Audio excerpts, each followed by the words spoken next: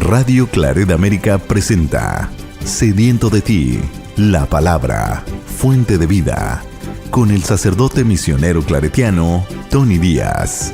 Reflexiones diarias del Evangelio. Aquí iniciamos.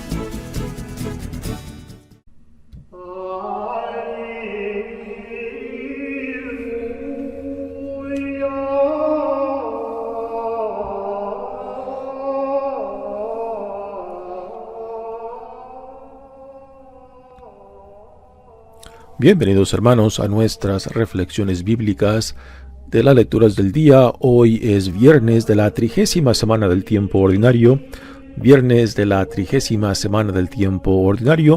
Hoy celebramos la fiesta de los santos Simón y Judas, apóstoles. Hermanos, ya no son ustedes extranjeros ni advenedizos, son conciudadanos de los santos y pertenecen a la familia de Dios, porque han sido edificados sobre el cimiento de los apóstoles y de los profetas, siendo Cristo Jesús la piedra angular. Sobre Cristo todo el edificio se va levantando bien estructurado para formar el templo santo del Señor, y unidos a Él también ustedes se van incorporando al edificio por medio del Espíritu Santo para ser morada de Dios. Palabra de Dios.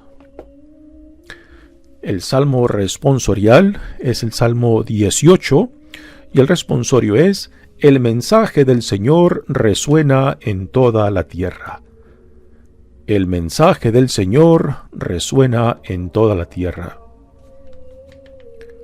Los cielos proclaman la gloria de Dios, y el firmamento anuncia la obra de sus manos. Un día comunica su mensaje al otro día, y una noche se lo transmite a la otra noche.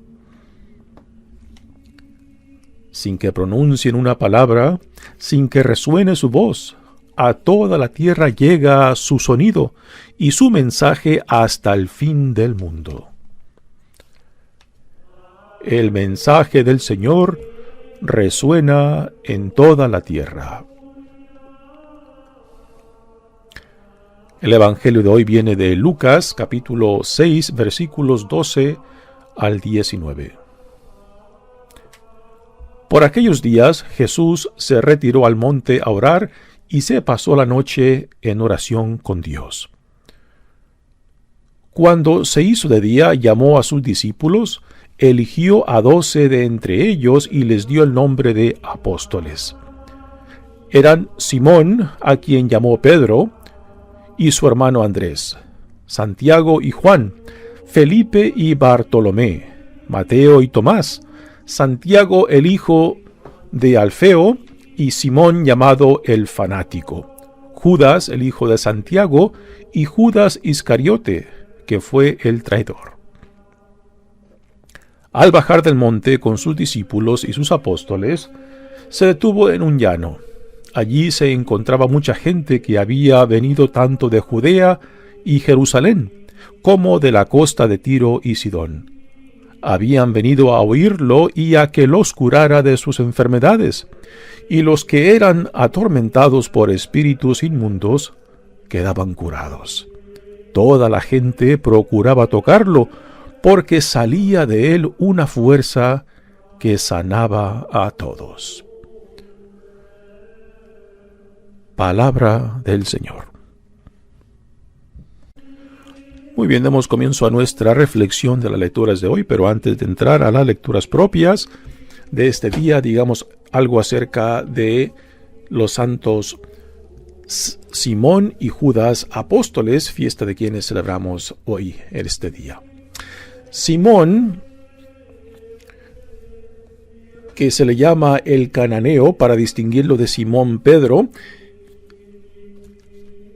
se sabe muy poco acerca de él. En realidad lo único que se sabe de él es lo que encontramos en los evangelios.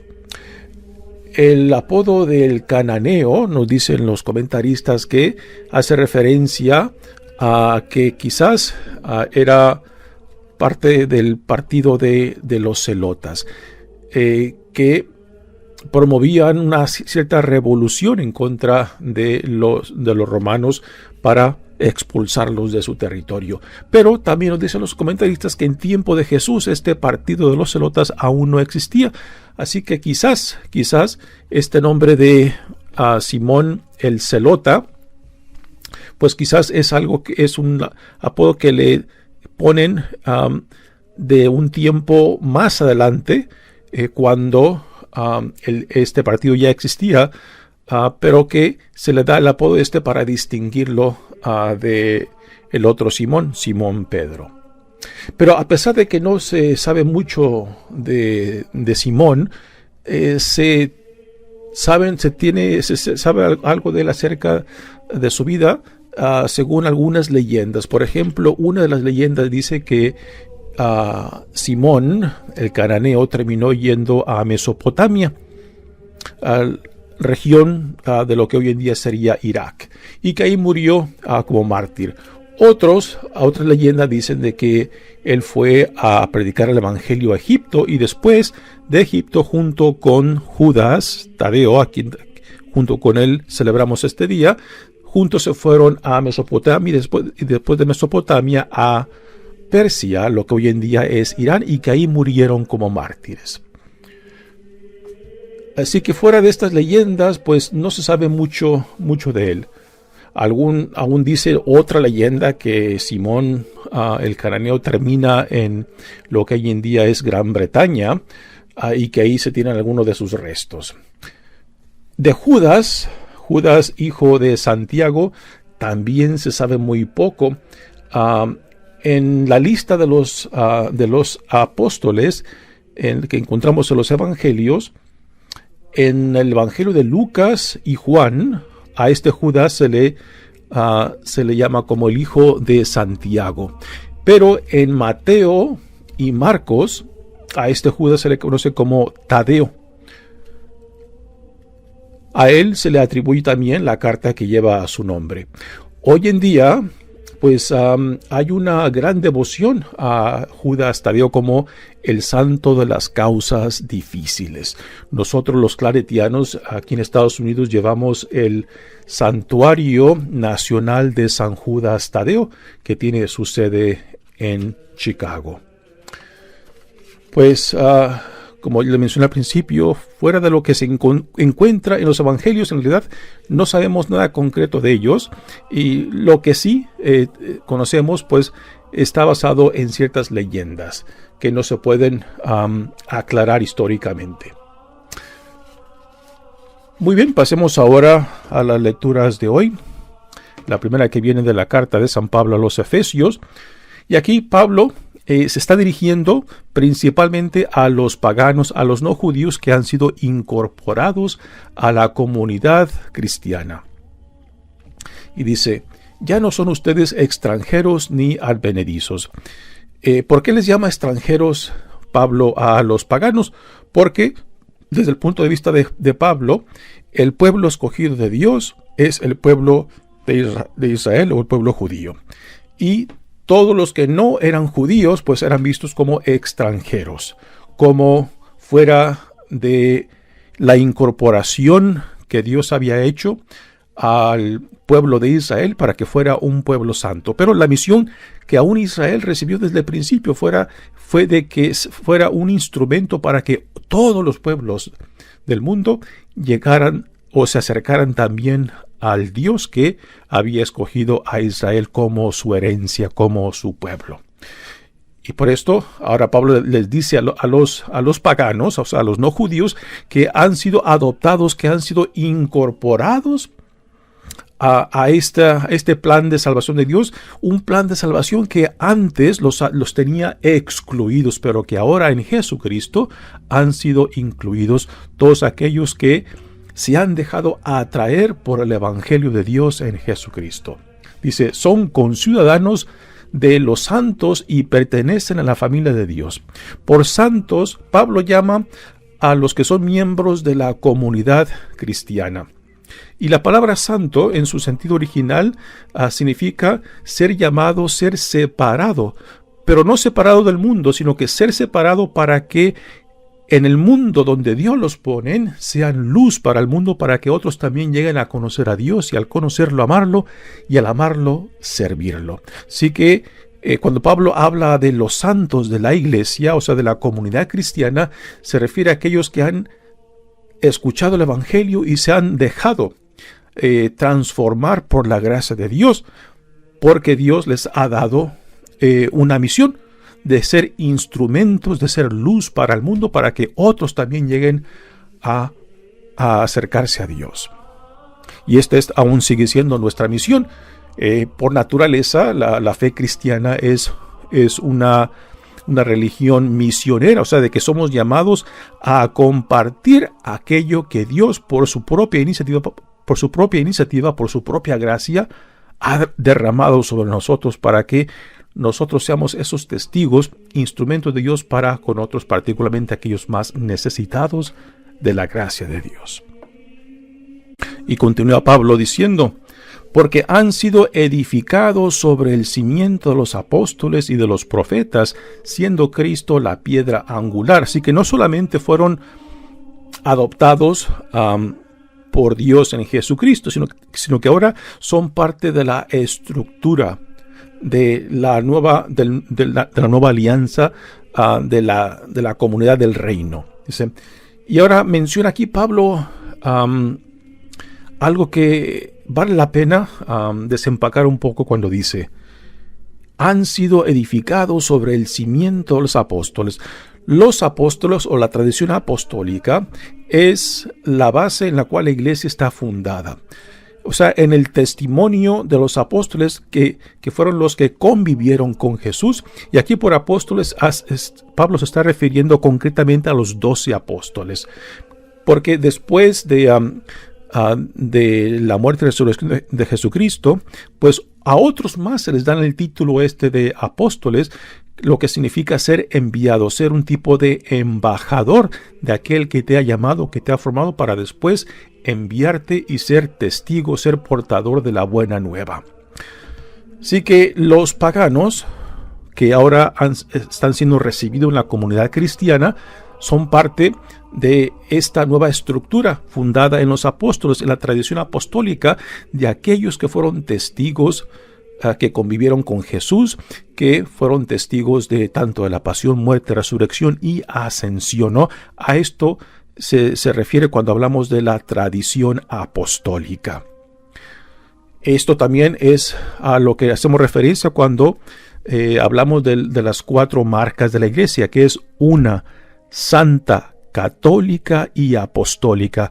Apostólica porque está fundada sobre la tradición apostólica, el primer sentido, y el segundo sentido es apostólica porque la iglesia por naturaleza tiene la función o la misión de llevar más allá de sí misma la buena nueva a todos los rincones del mundo. O sea, de aquí nace la tradición misionera de la iglesia, que la iglesia no existe para sí misma, la iglesia existe para llevar el mensaje de salvación, el mensaje del evangelio de Jesús a todos los rincones del mundo. Puesto que esto es lo que es el significado de la palabra apóstolo, ser enviado. Y esta es la misión de la iglesia, ser enviada por Dios en Jesucristo para que sea portadora de la buena nueva. Y dice, siendo Cristo, Jesús, la piedra angular. Ya recordamos también los evangelios como Jesús habla de sí mismo como la piedra angular que fue rechazada por los constructores. Y aquí en los evangelios Jesús hace referencia al pueblo judío que lo rechaza, ¿no? Y que lo rechaza y que a última no solamente lo rechaza, sino también lo condenará. Y siendo así, la piedra angular, la piedra que hace posible la estructura de la nueva alianza que se lleva a cabo en Jesucristo. Continúa Pablo hablando, diciendo, sobre Cristo todo el edificio se va levantando bien estructurado para formar el templo santo del Señor. ¿A qué templo se refiere? No hace referencia al templo que se encontraba en Jerusalén, el antiguo templo que fue destruido en el año 70 después de Cristo. el templo que ya había sido reconstruido un par de veces. No hace referencia a ese templo, puesto que ahora el nuevo templo de la nueva alianza en Jesucristo no es un templo ya de piedra o de ladrillos, sino que es un templo formado por discípulos y discípulas, hijos e hijas de Dios, ¿no? Y antiguamente, pues, el templo era el centro, el corazón del culto judío. Pero ahora en Jesucristo este templo se hace presente donde quiera que esté presente la comunidad cristiana. Donde quiera que se reúnan 2 o 3, ahí está presente Cristo en el Espíritu Santo. Así que ya esta noción del templo no hace referencia a algo físico como el templo antiguo de Jerusalén, sino que el templo ahora está formado por los hijos e hijas de Dios, los discípulos de Jesucristo, los ciudadanos del reino de Dios inaugurado en Jesucristo. Y donde quiera que esté presente la comunidad cristiana, o sea, la comunidad del reino, ahí está presente el templo de Dios. Y eso es lo que hace referencia a Pablo cuando dice, Él también, y unidos a Él también ustedes se van incorporando al edificio por medio del Espíritu Santo para ser morada de Dios. Así que no es el edificio lo que santifica a la iglesia, es la comunidad del reino, la comunidad cristiana, lo que santifica al edificio, ¿no? A veces le damos tanta importancia a la estructura física de la iglesia y menospreciamos la presencia de la iglesia en la comunidad, en los hijos e hijas de Dios, en los discípulos de Jesucristo, que le dan vida a la comunidad cristiana. Muy bien, pasemos ahora al Evangelio de hoy, que viene de Lucas. Y en este Evangelio es el principio, el comienzo del Evangelio en el llano, que en Mateo lleva el título de el discurso en la montaña o el sermón de la montaña. Dice el Evangelio de hoy: por aquellos días Jesús se retiró al monte a orar y se pasó la noche en oración con Dios. Este es uno de los temas que encontramos mucho en Lucas, a Jesús en oración. Por eso el Evangelio de Lucas se le llama el Evangelio de la oración, porque tenemos varias escenas donde Jesús está en oración con Dios Padre, particularmente antes de que Jesús tome decisiones importantes. Y aquí es una de ellas, antes de que Jesús entre sus discípulos escoja a los 12 que pasarán a ser los apóstoles, ¿no? Así que Jesús lo tenemos en oración en un monte. También el monte es un lugar muy privilegiado. El monte en los evangelios, en la Biblia, en realidad, cada vez que se menciona el monte o la montaña, ya se puede esperar de que es el lugar del encuentro con Dios. Recordamos, por ejemplo, a Moisés, que tiene ese encuentro con Dios cuando presencia la zarza ardiente que no se consume. También recordamos, por ejemplo, uno de los grandes profetas, el profeta Elías, en el monte Carmelo, donde también tiene el encuentro con Dios. Tenemos a Jesucristo en los evangelios, cuando se lleva a cabo la transfiguración, que se lleva a cabo también en la montaña. También en el evangelio de Mateo, pues el sermón de la montaña, que ese sermón que viene siendo el corazón del Evangelio de Mateo, donde tenemos las enseñanzas más importantes de la proclamación del reino en Jesucristo. Así que cada vez que se menciona el monte o la montaña, ya podemos esperar que es el lugar del encuentro con Dios. Así que Jesús se retiró al monte a orar y pasó la noche en oración con Dios. Otra pregunta que nos podemos hacer: ¿por qué Jesús necesita la oración? Él es el Hijo de Dios. ¿Por qué necesita orar? Porque la vida de Jesús no se puede entender sin o fuera de la relación de Él con Dios Padre. Y la misión de Jesús es encarnar la voluntad de Dios Padre. Por eso Jesús nos modela en su propia vida para nosotros la necesidad de estar plenamente identificados con la voluntad de Dios Padre. Por eso, Él nos modela que aún para Él, siendo el Hijo amado de Dios, Él también necesita esos momentos de oración para asegurarse de que todo lo que Él haga esté relacionado con la voluntad de Dios Padre y no la voluntad de Él. Así que Jesús no les pide a sus discípulos, no nos pide a nosotros nada que Él mismo no tuvo que hacer o someterse, ¿no? Jesús desea lo mismo para nosotros, que también busquemos identificarnos con la voluntad de Dios Padre, que nuestras vidas giren en torno a la voluntad de Dios Padre para con nosotros como lo fue para Él. Y después de este momento de oración, de esta escena de oración, dice el Evangelio, cuando se hizo de día, llamó a sus discípulos, eligió a 12 de entre ellos y les dio el nombre de apóstoles. Así que después de discernir en oración, el siguiente paso que tenía que dar, de escoger entre los discípulos que lo rodeaban, escogió a 12 para formar un grupo más íntimo en torno a él. ¿Por qué 12? Porque hace referencia a las 12 tribus de Israel, y estos 12 apóstoles pues compartirán con Jesús para ser,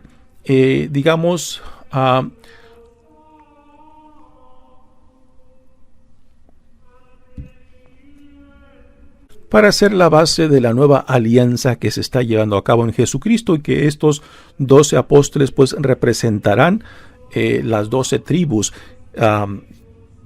en la antigua alianza que Dios había hecho con el pueblo de Israel. Así que el número 12 es un número simbólico que apunta a las 12 tribus de Israel, y que estos 12 pues son parte de la nueva alianza que Dios está llevando a cabo por medio de Jesucristo.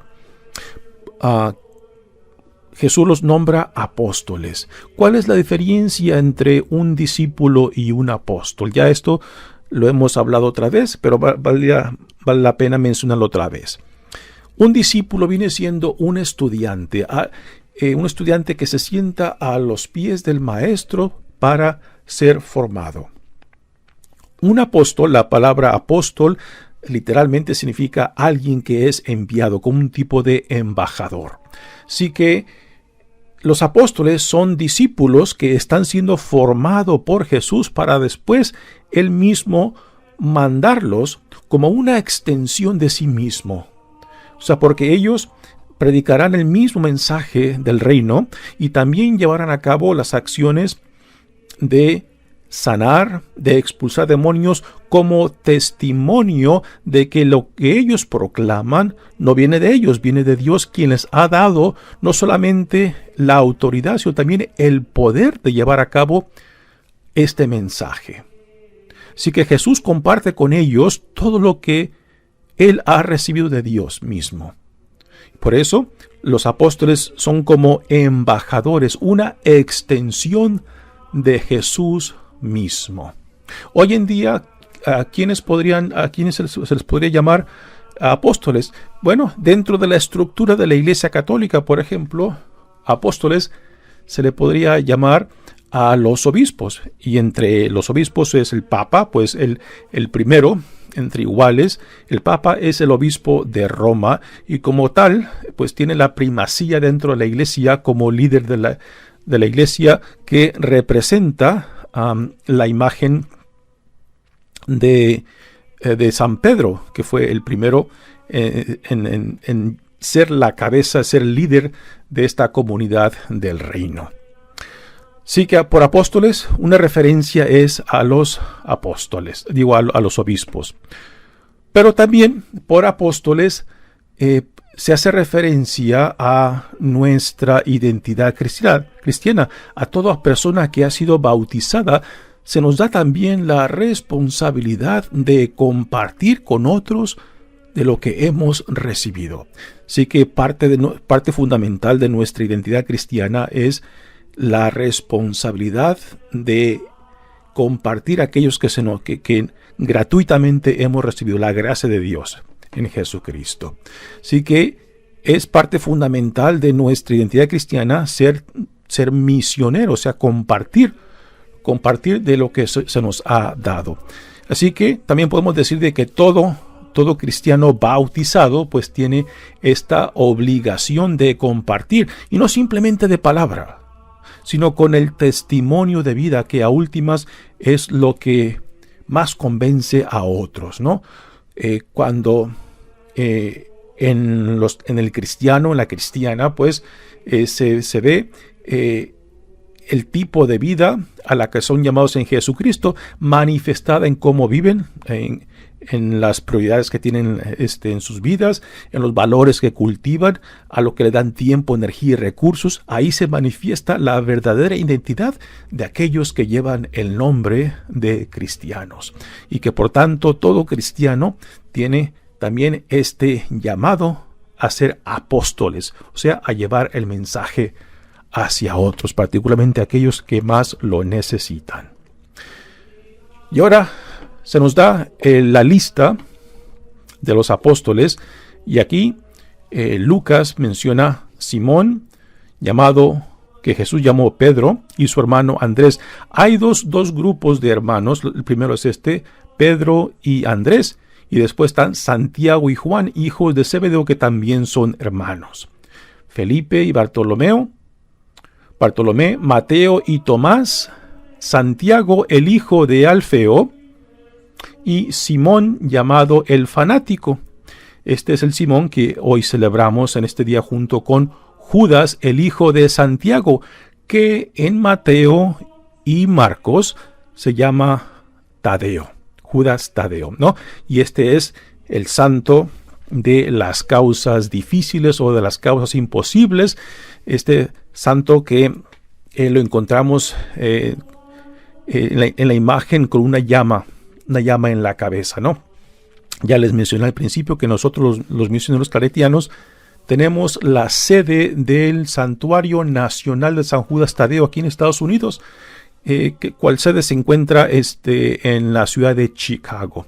Ya desde los años 30 llevamos este santuario, que para nosotros ha sido y continúa siendo una bella bendición para llevar a cabo nuestra misión aquí en Estados Unidos, puesto que la devoción a este santo, San Judas Tadeo, hace posible una diversidad de ministerios que ya casi 90 años llevamos aquí en Estados Unidos, y que ha hecho posible muchas de las labores misioneras que ha hecho posible, por ejemplo, en África, en Centroamérica, y donde quiera que nuestros misioneros claretianos de aquí de la provincia de Estados Unidos han ido a otros países. Y también pues por la generosidad de tanta gente que forman parte de esta devoción a San Judas Tadeo, pues hacen posible contribuir a muchas otros proyectos misioneros, tanto en África como en Asia. Así que gracias le damos a Dios por esta devoción a San Judas Tadeo, puesto que por la devoción de tanta gente a este santo de las causas difíciles o imposibles, pues nos permiten a nosotros también llevar a cabo una diversidad de ministerios.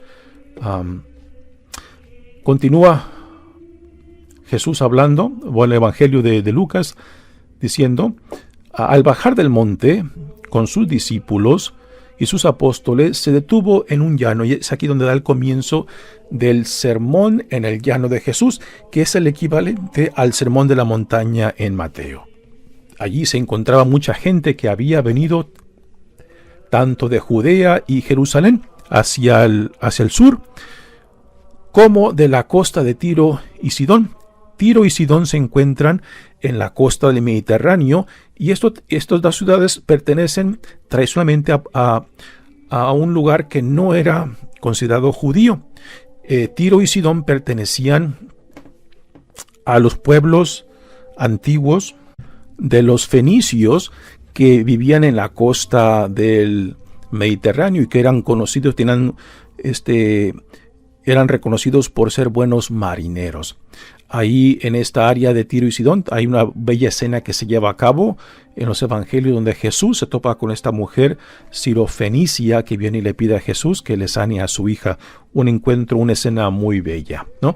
Así que ya desde esa región, tradicionalmente no judía, hasta ahí ya había llegado la noticia acerca de este hombre Jesús el Nazareno, y desde ahí vienen hacia la orilla del lago de Galilea, donde en el valle cerca de este lago, donde se lleva a cabo esta escena del sermón en el llano en el Evangelio de Lucas.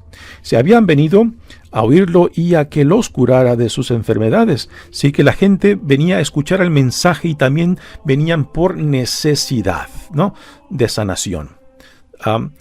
Ahora la pregunta es, ¿qué era lo que predominaba en el interés del por qué la gente buscaba a Jesús?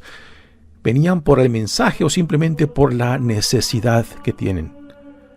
Y hago esta pregunta porque a veces venimos tras Jesús o venimos en busca de Dios por nuestra necesidad, lo cual puede ser una necesidad muy concreta y muy válida. Pero la pregunta que aún tenemos que hacer es la siguiente: ¿tenemos interés también en escuchar lo que Jesús quiere compartir con nosotros, o simplemente venimos detrás de Él por mi necesidad, por más legítima que sea esa necesidad? Y es una pregunta que aún hoy en día tenemos que hacernos, porque si solamente buscamos a Jesús, buscamos a Dios por lo mío, por mis intereses, repito, aunque sean genuinos, aunque sean válidos, también tenemos que tener la apertura y el deseo de escuchar y abrir nuestras vidas a lo que Él quiera darnos, a lo que Él quiere darnos en el mensaje del reino de Dios. Así que es algo que debe de resonar a nosotros, debe de cuestionarnos y no simplemente decir busca a Dios por mis intereses, por mis necesidades. Pero por encima de mis intereses y necesidades tiene que estar el deseo del mensaje que Jesús quiere darnos del reino de Dios. Y es aquí en este Evangelio de Lucas cuando Jesús dice: busca primero el reino de Dios y todo lo demás se te dará con abundancia. Mi nombre es Padre Tony Díaz, misionero claretiano. Que Dios los bendiga. Radio Claret América presentó Sediento de ti, la palabra. Fuente de vida. Sus comentarios son importantes. Contáctenos en radioclaretamerica@gmail.com.